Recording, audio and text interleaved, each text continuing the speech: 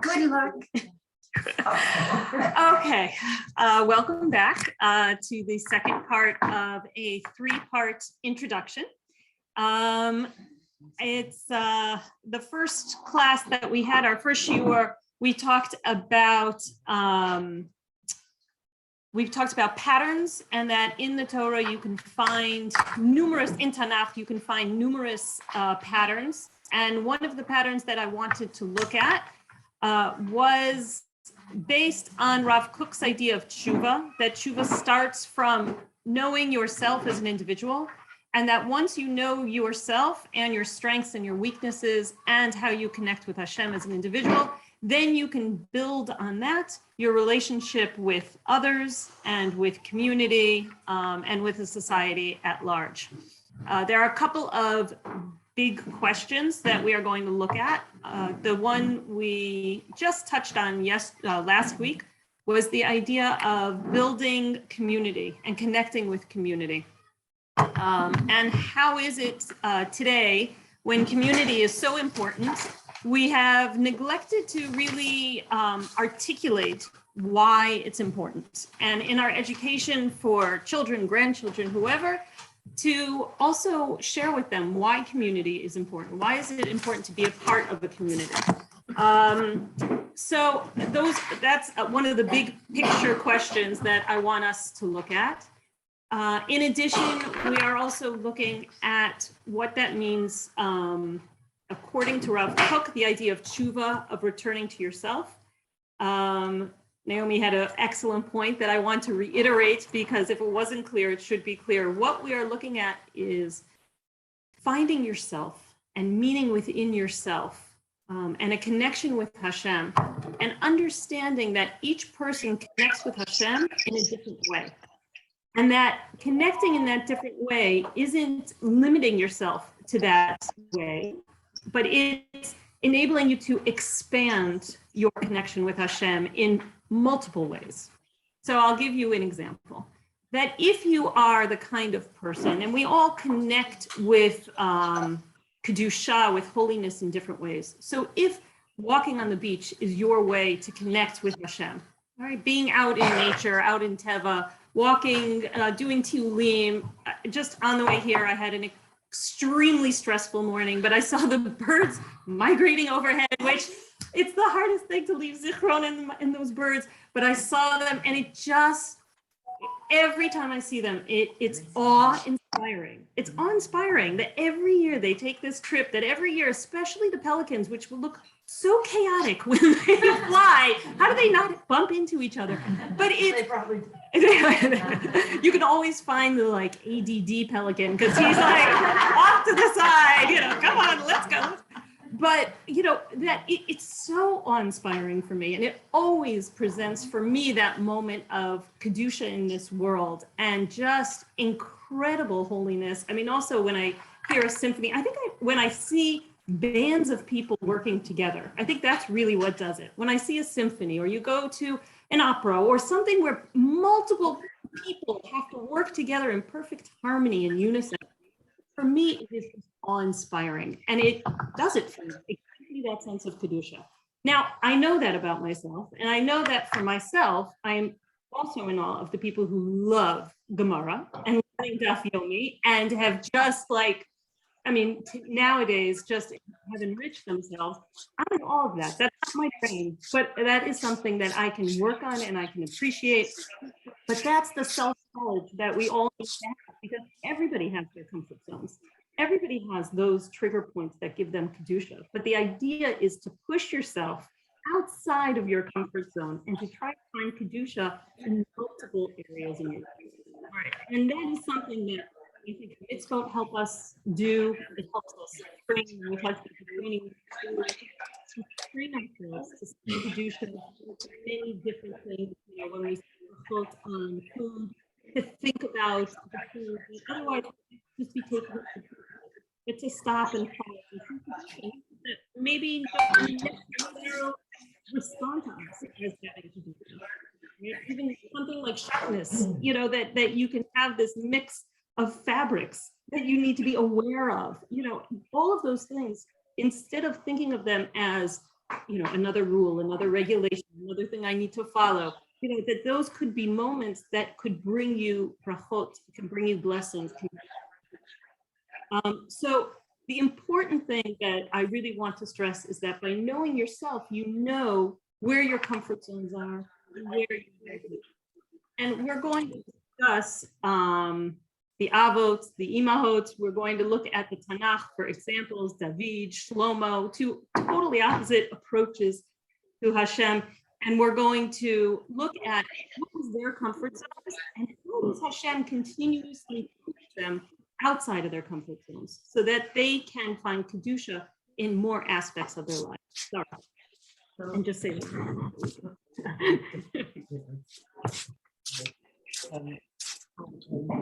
And puzzled it. Okay, that's a good question. So for me, Kedusha is separate. Kedusha starts with separation. When I say that something I've now separated it from chol, from something that is ordinary, regular. All right, so maybe you can use the word extraordinary as opposed to ordinary. So I've designated something as extraordinary, or Hashem has designated something as extraordinary, and therefore I need to approach it differently. So where that resonates with me is in the wow factor. Mm-hmm. Is that something that you imply by this? So again, I think for Kedusha, there's moments of wow, because there are things that respond to our neshamot naturally that we see as wow. So for some people, sitting around on the Friday night at the Shabbat table with their family, wow moment. Mm-hmm. For other people, it's a lot of and a lot of stress. And, that we respond, our natural makeup responds differently to different opportunities for Kedusha. So again, going back to the beach, it might be watching a sunset on the beach does it for you. For other people, it could be going to a Beit Knesset and having that ritual of tefillah. That's what does it for them. It starts their day, it gets them organized. There was somebody who was just talking yesterday that their daughter isn't necessarily, from religious, but every morning she starts her day going to a minyan, because for her, that gives her the order for the day, that gives her the momentum for the day, that gives her the balance and the mindset for the day. That it doesn't have to do necessarily with her keeping all the mitzvot or her doing this or that. It just, that's her neshama relates to it. Yes. I think just to sort of extend Sarah's question, the word Kedusha usually is a very circumscribed word, and it usually has to do with higher, loftier things. Is it the right word to use? Because as we understand it, it is a state of being that we attempt to attain, that we reach for, and very frequently don't make it. And in a way, it's a kind of Kedusha. I understand what you're saying, but not quite. Okay, so I would say I'm using, the question was Kedusha, that Kedusha seems to be a loftier mission in our lives that sometimes we can obtain, sometimes we can't, we often fall short of, but that it should be something a little more grandiose than just everyday life. So I would say that for me, the most influential explanation for Kedusha is given by the Rambam, Maimonides, who talks about the times of Yemot HaMashiach, that during the times of Mashiach, at the end of the days, that we will be in a state of Kedusha, that we will be in a state of consciousness, meaning that everything that we do will be dedicated towards God. That the mitzvot won't be mitzvot, meaning that we won't follow them because we've been commanded. We will just be them, exactly. That will be our natural state.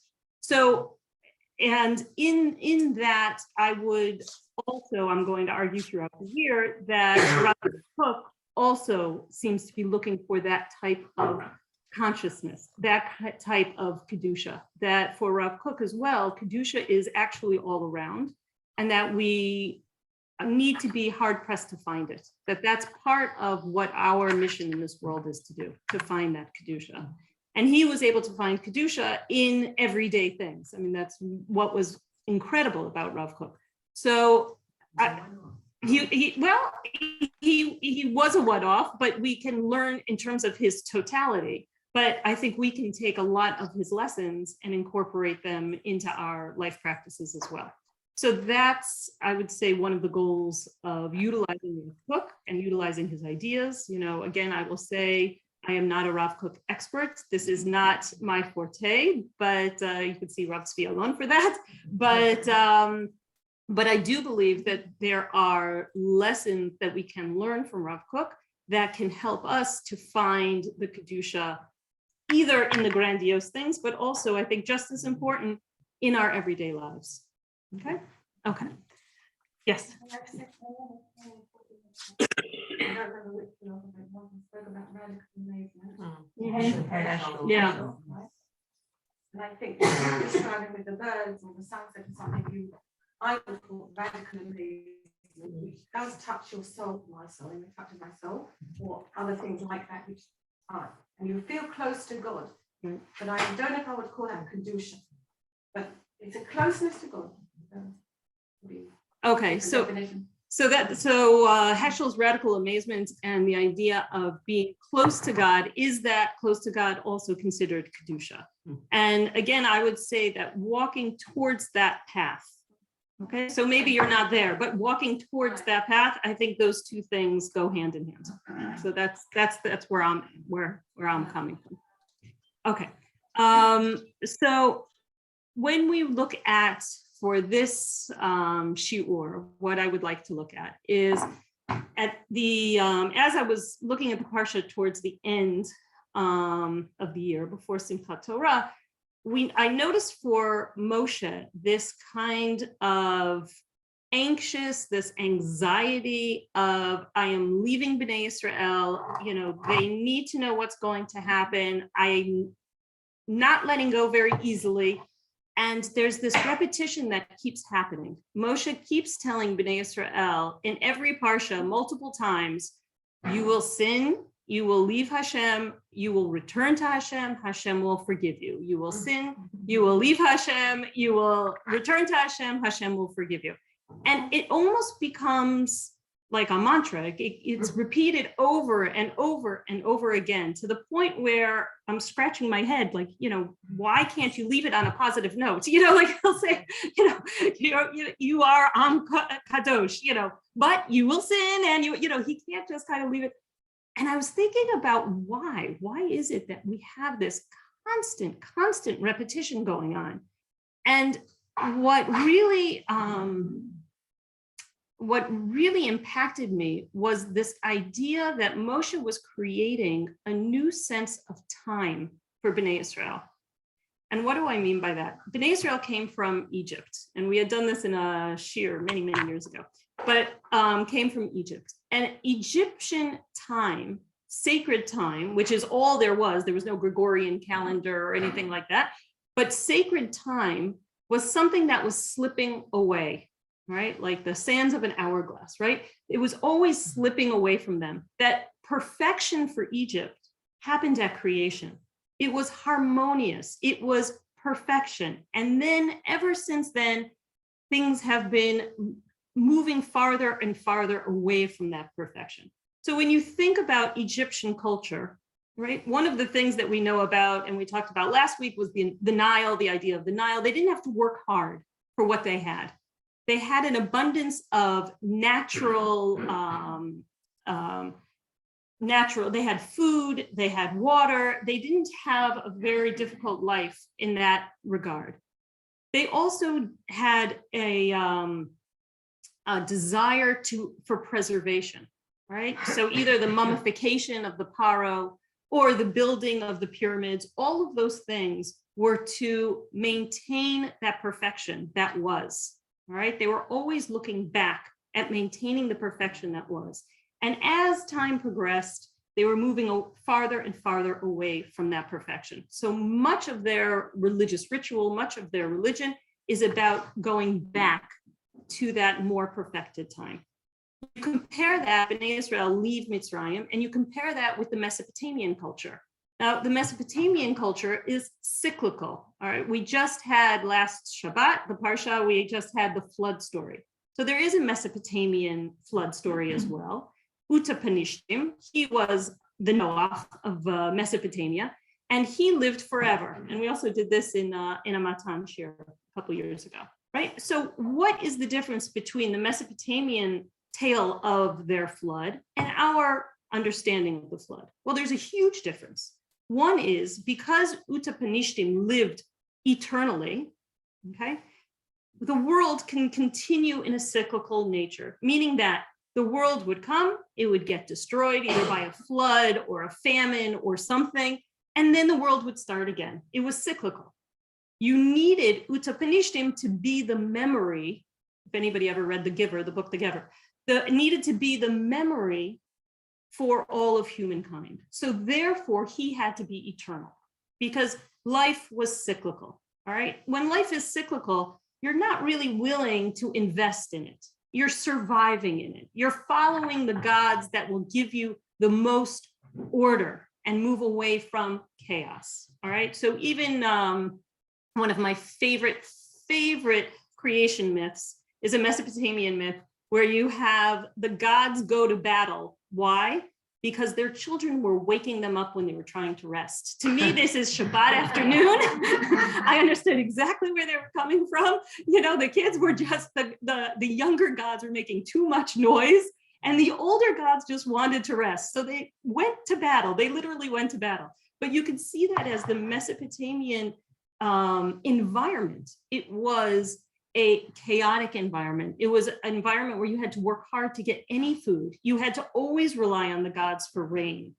It wasn't always rain. I mean, it's life here. It is not an easy life as opposed to the Egyptians. So you had the Egyptians where perfection happened in the beginning in creation. And they have, I'm trying to think, I think like, I don't know what the percentage is of their myths are creation myths.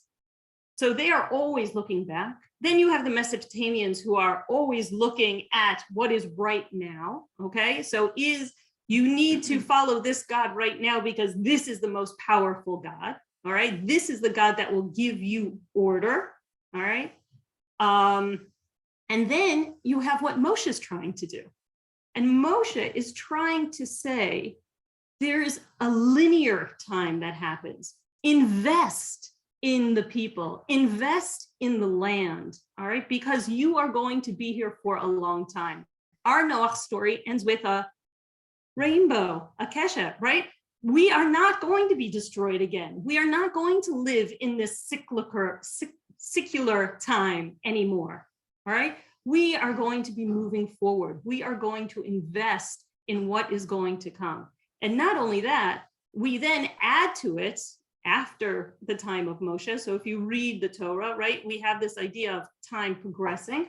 And then after that, in the Nach, you have the idea of Moshiach coming, right? So it's not just that time is endlessly progressing, but we're actually returning back to this perfected beginning. So you have Gan Eden in the beginning, you have the Moshiach at the end, and you have this movement, this linear movement that's going forward, all right? We do not live in chaos. We are not subject to fortune, all right, whatever anything dictates to us, what the gods dictate to us, what nature dictates to us, whatever it is, that we have this linear time that will end in redemption.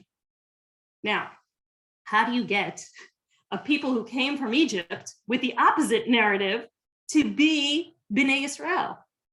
Repetition, repetition, repetition, repetition, repetition. Moshe ingrains it into our, I would say, our DNA, that he gives it over and over, that we practice it, that on Yom Kippur, we practice it over and over and internalize it so that it becomes part of our DNA. that this is a revolutionary new message that is coming to us. You will sin, the same God, you will do teshuva, and the same God will take you back. All right? It is not that you have been rejected by God and God is going to leave you forever. I mean, we even went and were able to survive the Beit HaMikdash being destroyed, right? For most people, once your Beit HaMikdash is destroyed, that's a good siman that, maybe you need to look somewhere else, but not us. We have ingrained within us, we can sin, we can do teshuva, and we can return to Hashem. Hashem is always going to be waiting for us, which is, again, just a revolutionary idea that needs this constant repetition for it to get down into our bones. Okay, so if we look at our first source sheet, there we go.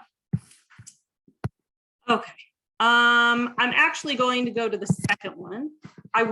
This will tell you a little bit about my personality. I really wanted to start with the second one because it's in Dvarim, it's at the end, exactly what we're talking about. And then at the end, go to the first one, which is Bereshit, but I couldn't do it, it was out of order. So I'm gonna speak about it last, but I had to put it in first. Okay, so just what we were describing, we had Moshe standing in front of Bnei Israel, giving his swan song, giving his last instructions, and being very, very much obsessed with the idea of teshuva, all right? That you are going to sin, Hashem is going to take you back when you do teshuva. Hashem is always here for you, okay? So how does he say it? If we look at Pasuk Yud Tet, okay, let's this week's short source. Last week, this one, source number 2.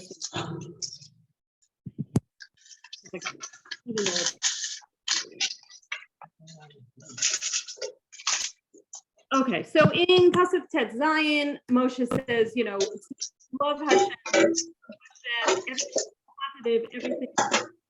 So that is, yeah, there. Okay.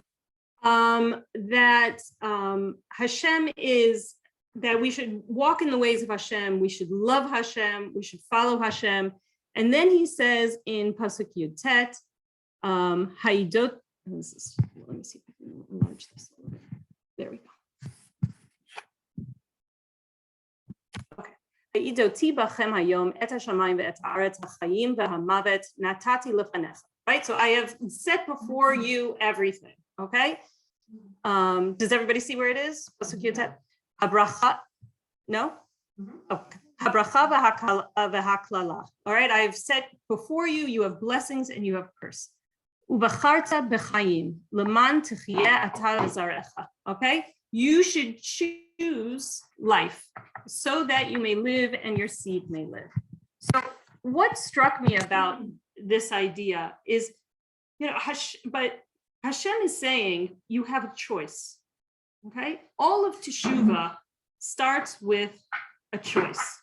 I need to choose to change, or I need to choose to be good, right? It's not enough that you're out there, like Moshe says, you are going to be out there, you will start following other gods, you will sin, right? You will return. It's not just a flow, like a pendulum, like, okay, now we're at this end of the pendulum to the other end of the pendulum. I think what Moshe is saying here is you have a choice.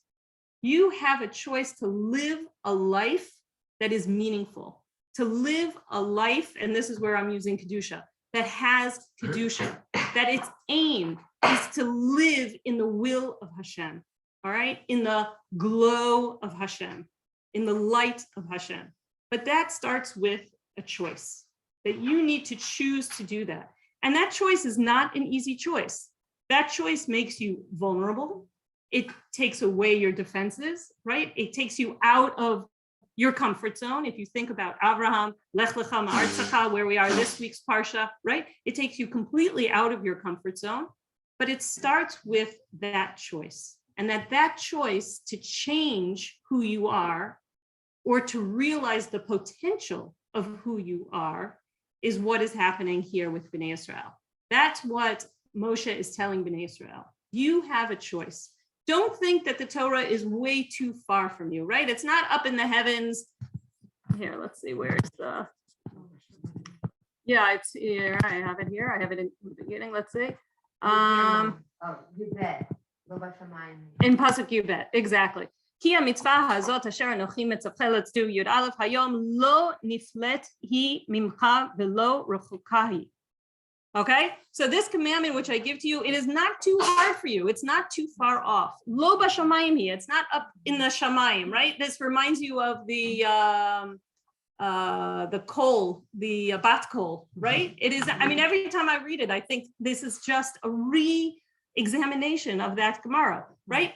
Halacha is not something that is so far from you, right? Halacha is the lived, is the practical. I guess that's where I'm coming with this idea of kedusha is in halacha. Like that's the point of halacha, to bring you to kedusha. So lo bashamayim hi, lemor mi ya'aleh lanu hashamayma v'yikacheha lanu v'yishmi'enu ota v'nasena. Okay, so it's not so far that you would say how could I do it? It's all the way up there. It's impossible, right? I can't do it. And look at Pasuk Yud Daled, Ki karov alecha hadavar me'od, right? It is very close to you. It is within you. It is almost in your neshama, I would say, right? It is within you, but you need to do the work first by making the choice to connect, all right? To examine your neshama, to examine your connection to Hashem. Kim. Thank you. This is just great. And I'm totally with you on the choice and the karova. However, this question switches back to the bit to the above. Yeah. And so the past tense, so will, and like you use the word will, and we also use the word ought. So as you know, translation is will to, or you will go that way, or you ought to, or what do you think above means? So a lot of times and we had this discussion last week as well. Hebrew writing, as opposed to, let's say, German or other languages, is not definitive. It is more figurative. So I think it allows for different interpretations. So the vav could have an ought. I think it could go both ways, is what I'm saying. But Sarah's the linguist. Do you want to? No, it's as you say, the vav ha'ipur means you should. You will, you should. You will, you should. And you can, and as Amira says, you can choose whichever way you want to interpret it. You will do it, maybe. You should do it. Perhaps I will. I'll try.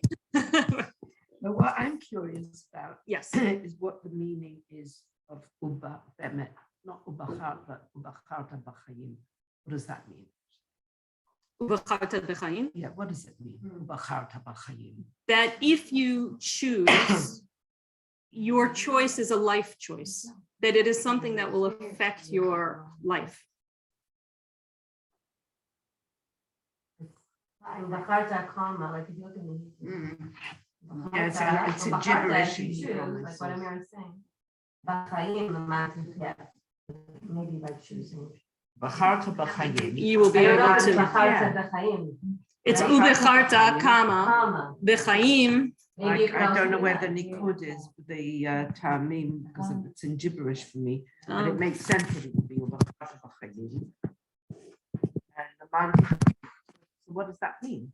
How do you, I don't know what it means, livchor b'chayim. That if you read the whole passage, I think if you read the whole. העדותי בכם היום את השמיים ואת הארץ החיים והמוות, נחפתי לפניך הברכה והקלה, ובחרת בחיים. למען תחיה. I need to see it חיים and movet are the same thing as ברכה קלה. there I have it. Movet is קלה, ובחרת בחיים, that you're choosing the ברכה. It's funny though, there's a comma. What chapter is it? What's the regular shrub? Devarim 30. 30. Yeah. Came out in gibberish mode. Oh. What pasuk is it? Yutet.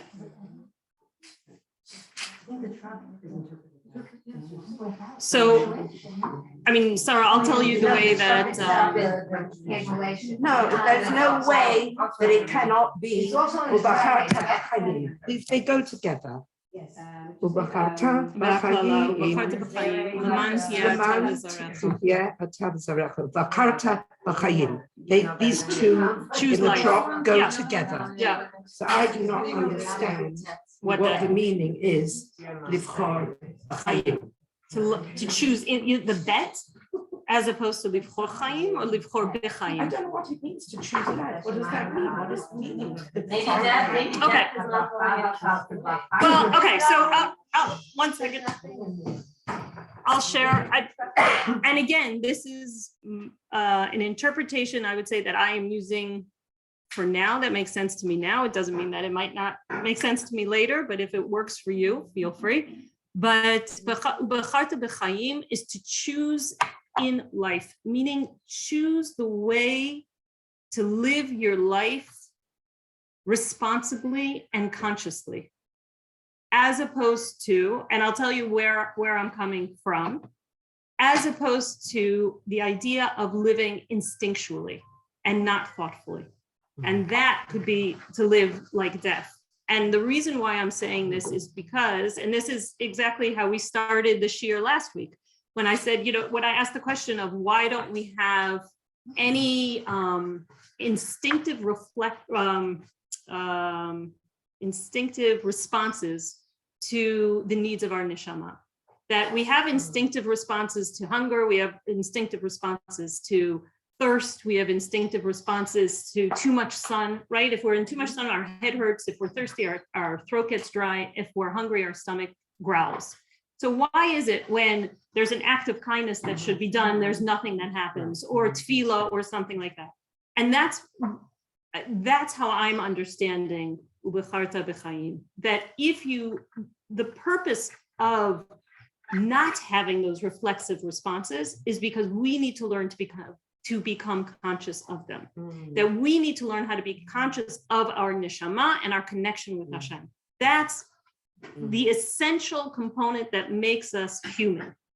And so being conscious of it and being human, so to speak, right, is a life of chayim. That is chayim, right?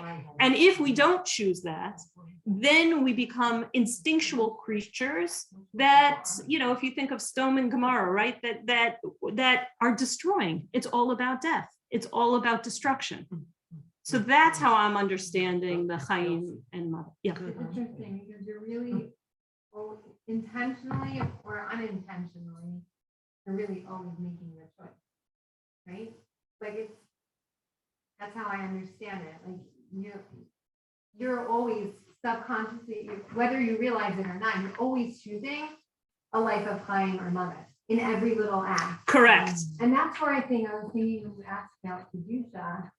It's not, I think the whole idea is that like kedusha, we don't want it to be this lofty thing. But everything we do, it's stopping and letting a car go ahead of you. It's that's what I think is bringing like kedusha into our daily lives. It's like the idea I think is like when we say kiddush Hashem, we tell our kids like kiddush Hashem. It's bringing it into like it's elevating every little thing we do. So I think we whether it's intentional or not, like we're always living like that time or mother. Like, are we elevating our life and making it alive, or it's like we're just like.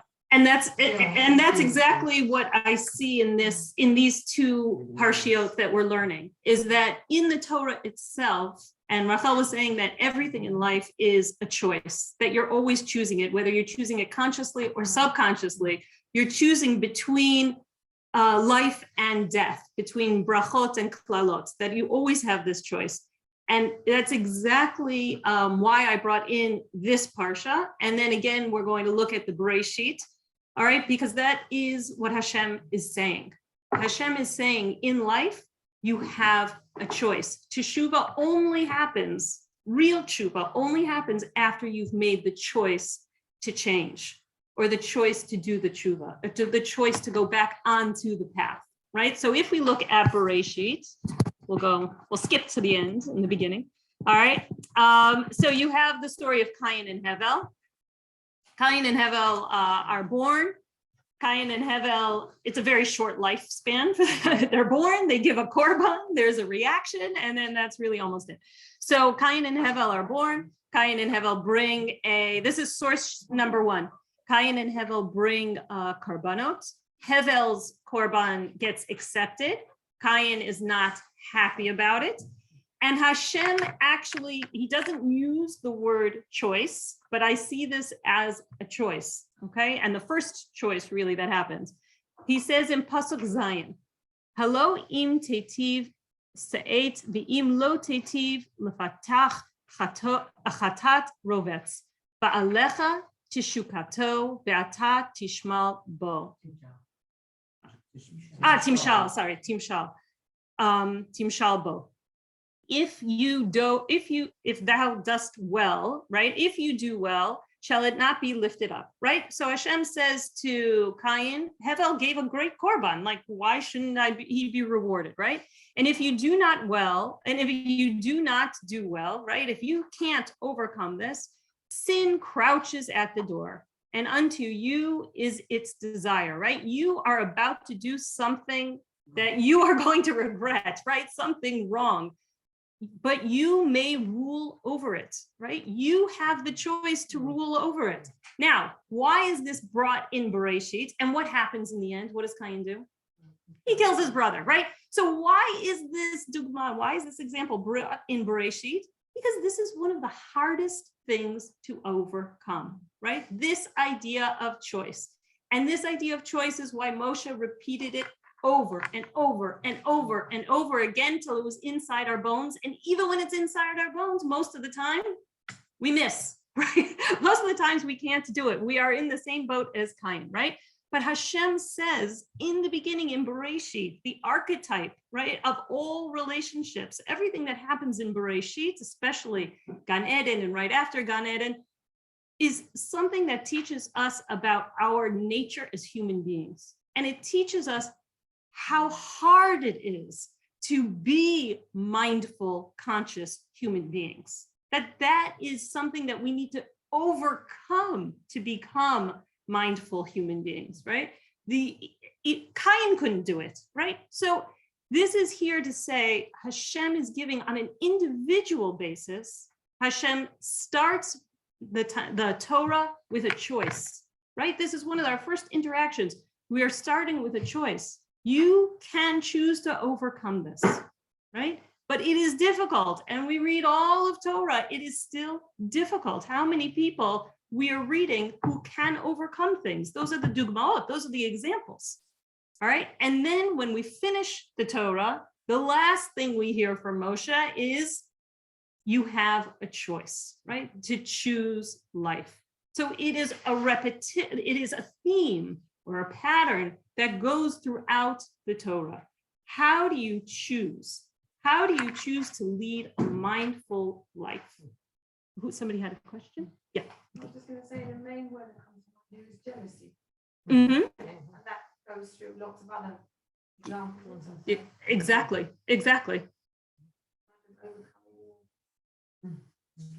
Jealousy. Yes. Yeah.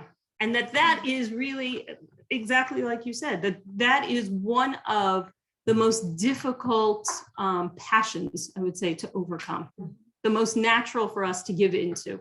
And that's why, for me, that's why it's a dugma in Bereshit, because the idea of the mitzvot that we have, they're for us because they're uncomfortable or difficult.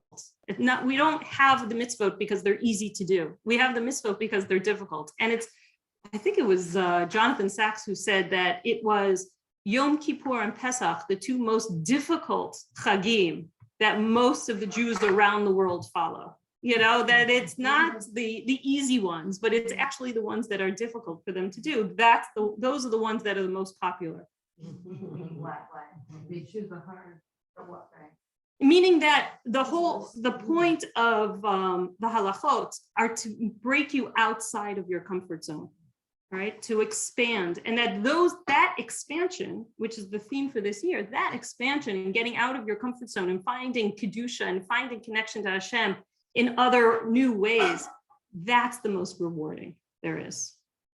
I keep having this thought that until you brought in the example of Chaim Hevel, I was thinking that it's really teshuva, like to be mindful and to do good. If that's what, like, it's teshuva, it's going back to our original state. That's really how we are.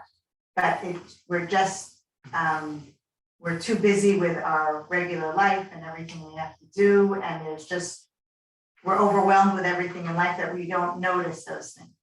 But you're presenting a different side of, no, it's naturally the hard thing to do. Yeah. And we have to overcome something to reach to it. That the first stage, I would like to believe it's the first, but maybe. but I think they go hand in hand, because the first stage is really to understand yourself, like you said, to return to your true self. The first stage is really to understand yourself, and then that's lech lecha. Exactly, that's lech lecha.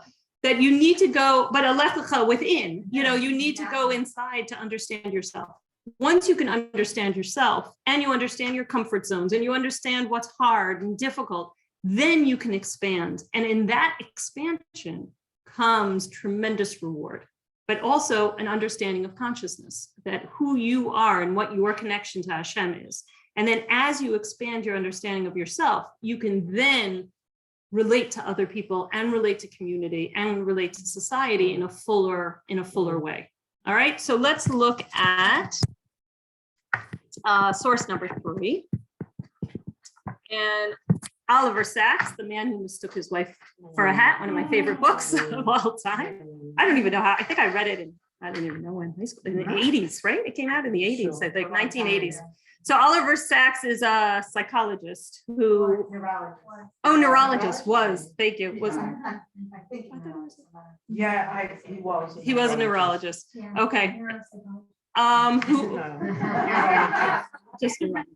He was a medical, he was an MD and he was a neurologist. And his mother delivered me. Really? No. Oh, yeah. And he wrote about his patients. So we're being recorded.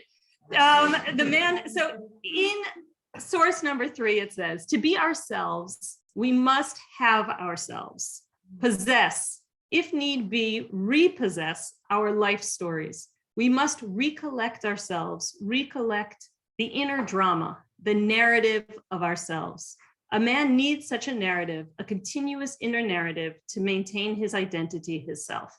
So what Oliver Sacks is saying is that you need to understand yourself. You need to understand your own narrative, where you came from, your own story, in order to be a full self. That you can't just follow and continuously move forward and follow the trend and follow everything else and what other people are doing. And this is keeping up with the Joneses, right? You need to stop and you need to pause and you need to find your own narrative. All right, so now we're going to course number 4, Healing and Pathways, a Journey Through Life's Changes. This is challenges, thank you, Mindy Weisenberg, who's Tanya White's mother, who wrote a book about her cancer journey and unfortunately the loss of her husband. But I thought she's talking about it from healing point of view, but I think it works very well within Tanakh, because I think one of the things we will see is that Hashem is constantly challenging the people in Tanakh and forcing them to both reflect within and to expand, okay, their idea of who they are. So I thought this related very nicely. In a way, she's talking about her cancer. What I went through, and she did a stem cell transplant. So she was talking about that experience. in a way, what I went through with my transplant, where I physically opened up my body to vulnerability to ensure its transformation for healing, was what I had internalized and practiced from a psychological and holistic perspective. Yeah, so anybody who has version number 1, that's where it's psychological, if that's the wrong word. The physical external state was an opening for an analogous experience in the inner metaphysical realm. All right, so this is very much where I would like to look at the people in the Tanakh and look at this experience that happened to them, both physically. You can look at, for example, Eov, who physically had suffering, and that expanded his idea of who he was, but also metaphysical or philosophical transformations that happened. Okay, so essentially what Mindy is saying is that for her, what happened physically to her, that vulnerability that happened to her as a patient, the physically opening up, that is something that was reflected in her experience, her inner experience. And she talked about what it meant to be a patient and what it meant to say that she needed help and that she was vulnerable as a patient and as an individual. And that for her was a transformative moment, because she was always the mother, the provider, the person who protected, the person who took care of. And now all of a sudden to switch roles and to be the person who needed to open up, that was a transformational experience for her. And again, that's very much looking at the Avot and the people in Tanakh in terms of them stepping out of their comfort zones or their Arba Amot, yes, or their constructs of who they are and who Hashem is and their relationship with Hashem, that it creates this vulnerability. And sometimes they run away from this vulnerability, right? So you have Yonah who literally runs away and Hashem forces him back, right? Mm-hmm. You have Moshe, or you have Avraham who argues with Hashem for Sodom and Gomorrah to save, and has this moment of vulnerability when he says, you know, okay, 50 people, okay, 40 people, okay, 10, that this is a moment of vulnerability. What is happening? The Akedah is a moment of vulnerability, that all of these moments of vulnerability that Hashem puts all of these people through, right? We talked a little bit about Moshe, that Moshe went both from Mitzrayim to Midian, and what are the lessons he learned from two opposing tremendous political powers or theological powers as well, right? They both had incredible governance and religion, but in opposite domains, right? Egypt, which we talked about in the beginning of the class, which was all about preservation, dominance, city, right? We are here, okay? And then you had Midian, which was more Bedouin, transient, less hierarchical, all right? That Moshe was trained by both of them before he came to Bnei Israel. And the vulnerability that happens when you are transformed from one to the other, right? When he had to leave, literally go run into the desert to flee for his life from Mitzrayim, that kind of vulnerability, and what that allowed him to then find and to build within himself. So a lot of times Hashem sends the person out into a moment of vulnerability. So we will look at that and then look at how then it becomes transformational. Okay, and then we will end with Rav Kook, source number 5, from the Musar Avicha. This is taken from Mirsky's book, Rav Kook, Mystic in a Time of Revolution.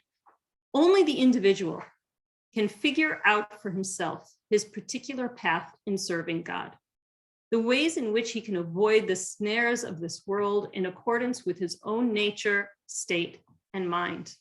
And this, I think, goes back to the idea of choice, from Bereshit all the way through the Torah, ending, I mean, for us at least in Devarim, that we all have a choice, that we need to find our particular path to Hashem. That is the choice that Hashem has given us. That is the freedom, the opportunity that Hashem has given us. And we are each individuals. And just like we talked about before, that the neshama is something we need to be conscious of and we need to work in order to fulfill its potential, that the choice is what will lead us to that. And that it is not something that should be taken for granted. And that is one of the main themes of the Tanakh that we are going to look at. And so as you find your particular path, you will also be able to experience other people's paths, and you will also be able to appreciate other people's paths, but they aren't necessarily yours. And that's the goal of hopefully this year, is for us to explore and just to be on the derech to finding our own individual paths. Thank you. Yes. Yeah. Wait, let me just stop. How do I?